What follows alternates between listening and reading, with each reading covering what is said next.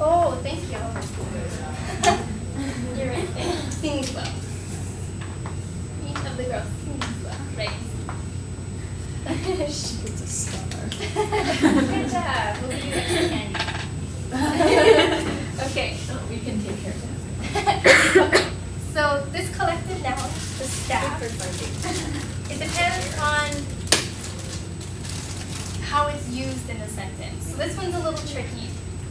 So for this sentence, we're talking about the staff as a whole, right? So as a one singular thing, the staff is in a meeting. But if we were talking about the staff as staff members, then we would use are. The staff are in a meeting. But that's only if you're talking about staff members individually. So that one can be a little confusing. Okay. And now we're going to move on to pluralizing. Okay. So how do we pluralize? What's a common way of making plurals in English? Don't look.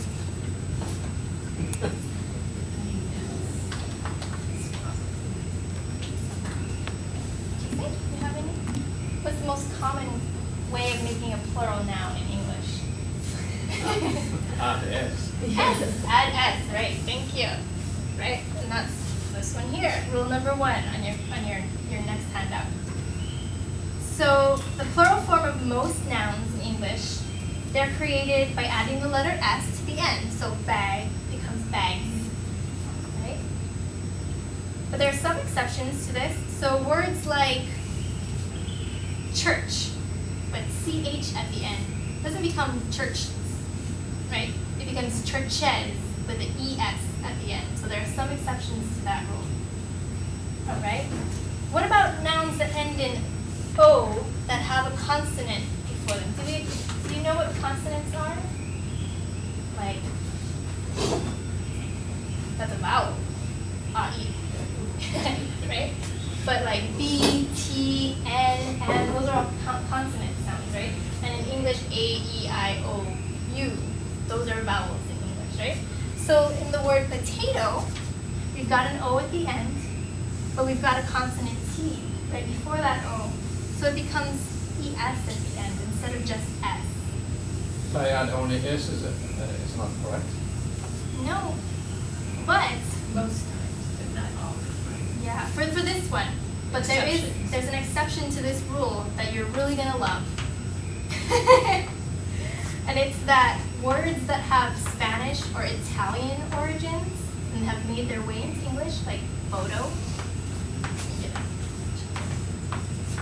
So like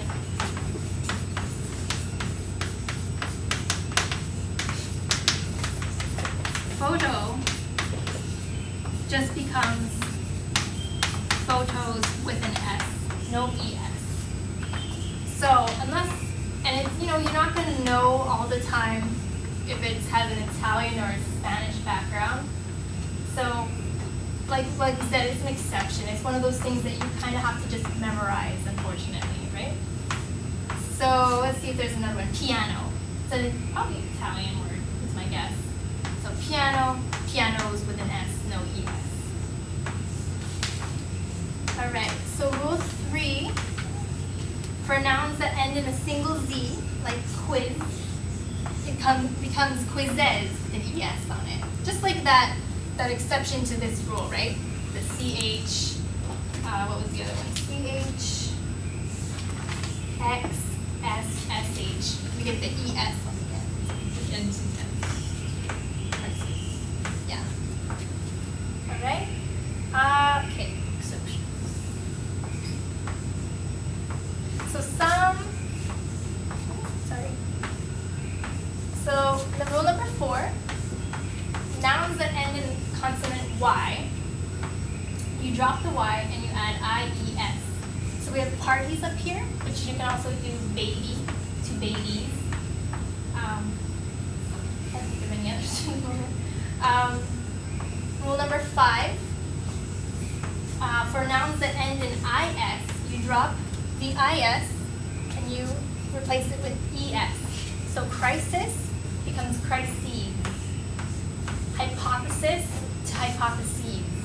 thesis, I know you've all seen thesis, right? Thesis statement. Theses, kind of weird sounding words. Rule 6, for these words end in F or FE. Another good one is wife. We have the FE ending, becomes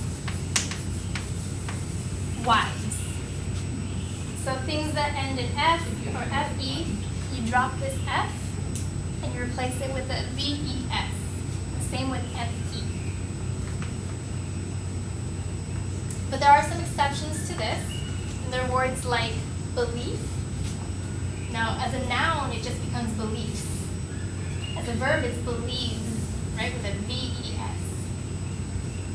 Same thing for the word brief, becomes briefs, not breathes, with a V. Okay. And moving on to irregular plurals, and let us have them all over here for us.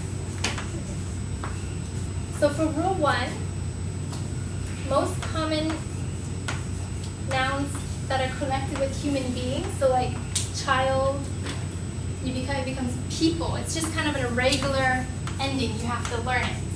What about person? How do you pluralize person?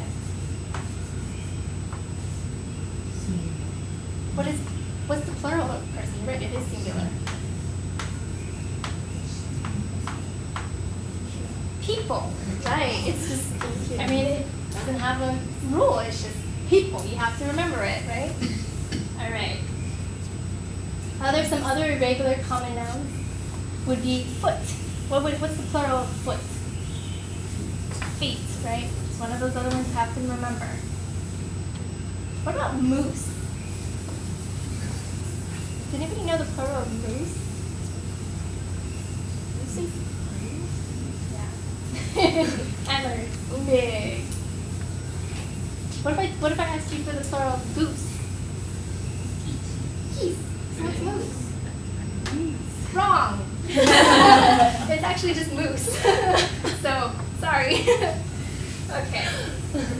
And that kind of moves us into rule 2, that some nouns, when their plural forms are the same as their singular forms. So, moose and moose, fish and fish, aircraft is another one. Sheep, the one sheep, 2 sheeps. No, 2 sheep, I lied. So it stays the same. For rule 3, uncountable nouns, these ones have no plural form. So words like advice, or information, or news, or luggage. Right? These are the types of words that you say, like pieces of luggage, because luggage doesn't become plural. It stays the same. Rule 4. So nouns, especially associated with 2 things, they only have plural forms. So these are the opposite of those other ones. So things like cattle, it's more than 1 cow. Scissors, we have 2 blades on those scissors, so they're plural. Trousers, you've got 2 pant legs, right? Tweezers, you have 2 little things. Okay, and rule 5 for irregular plurals. Nouns, so this one is kind of like that other Italian and Spanish origin words. So words that come from older versions of English, or that are have foreign origin, so they have kind of weird plurals, like the word ox.